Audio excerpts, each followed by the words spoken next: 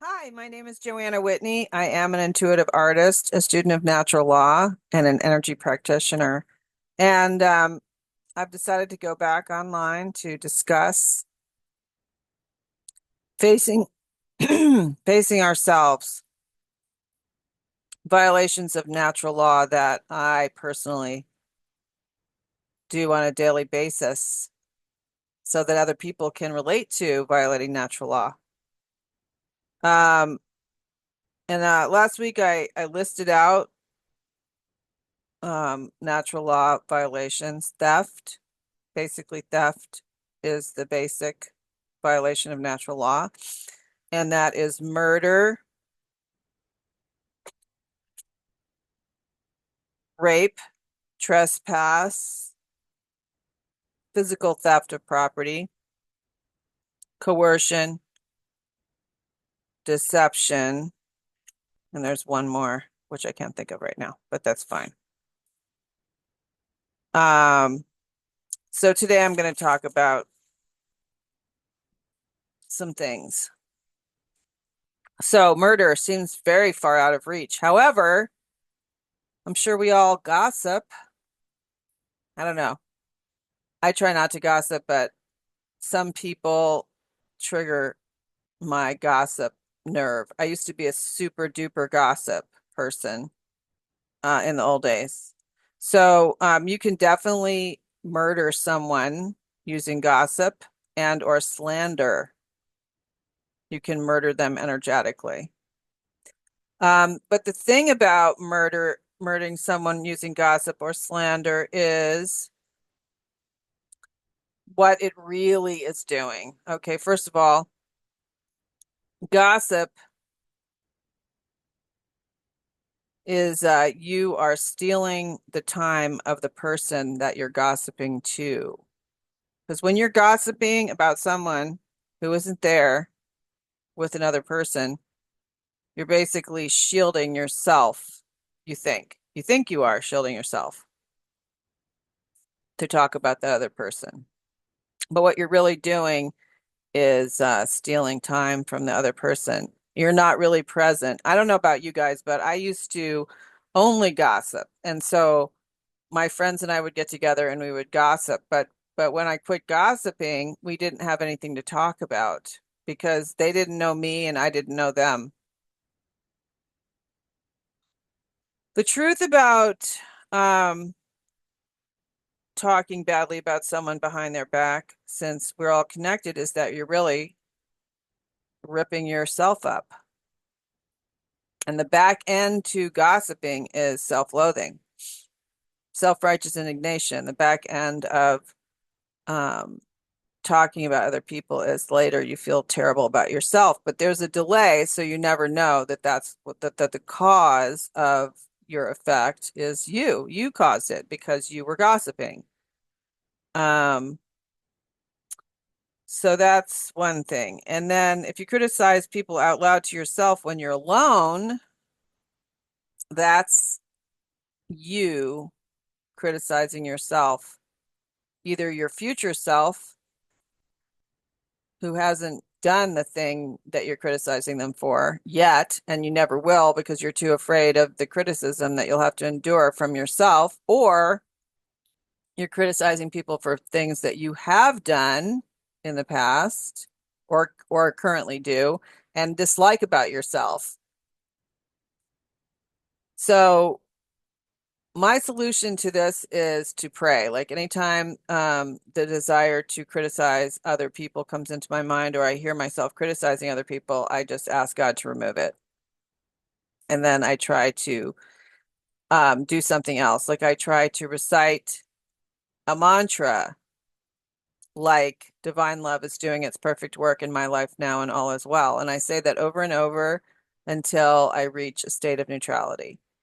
I have other mantras that I use as well. Um, anybody can do whatever they want with this. If there's someone physically that you could help and focus on when you catch yourself in a state of criticizing other people and or yourself, that would be really great. physically helping someone else and turning your thoughts to them and what they need. But because of as above, so below, as within, so without, everyone is connected. When I am criticizing other people, I'm really criticizing myself. So I've taken a lot of really bad actions behind this type of mental behavior. This is a type of mentalism, going back to the Kabbalion, negative mentalism that I think is sort of somehow it's inserted into society for us to do with our mental abilities so that we remain powerless over many things that we could have a lot of power over if only we could train our minds to be neutral or positive. So that's one thing. Then I wanted to also touch on stealing time. That's a big topic. It came to mind as I was going through this today. So I personally had to pay back thousands of dollars for time I stole from jobs. I'll give you an example of how I stole time. I would have to clock in to this one job I had, and I was working in downtown Manhattan, New York. And somehow or another, I would clock out, or I don't know how I did it exactly, but I would walk around the clock. I think when I would walk around the clock when I would go out on lunch, and then I would stay out and go to galleries. So I would still be clocked in. For hours, I would go around Soho and go to galleries instead of work, and then I would come back and I'd still be clocked in. So eventually I had to make reparations for these harms, and I had to pay back thousands of dollars to that company for stolen time. Now, I don't know that people, do stuff like that, but I do know people nowadays are on their phones at work all the time. And I don't know, like, if the boss says anything about that or what, but you're stealing time when you're on your phone at work. That's just the fact. And whether your boss says anything or not, the universe knows that you are stealing time. So, it used to be like in the old days, I'd say 2015, I was working at Home Depot at that time, and I did used to sneak my phone into the bathroom and I would go online. Um, and that was stealing time because I was in the bathroom pretending to be in the bathroom and I'd be like taking an extra long break online. But I've seen like thousands of workers in stores nowadays on their phones all the time. So that's stealing time, and the thing is that's a form of theft. It's a violation of natural law. When you're at work, you should be working for the person that's paying you the money.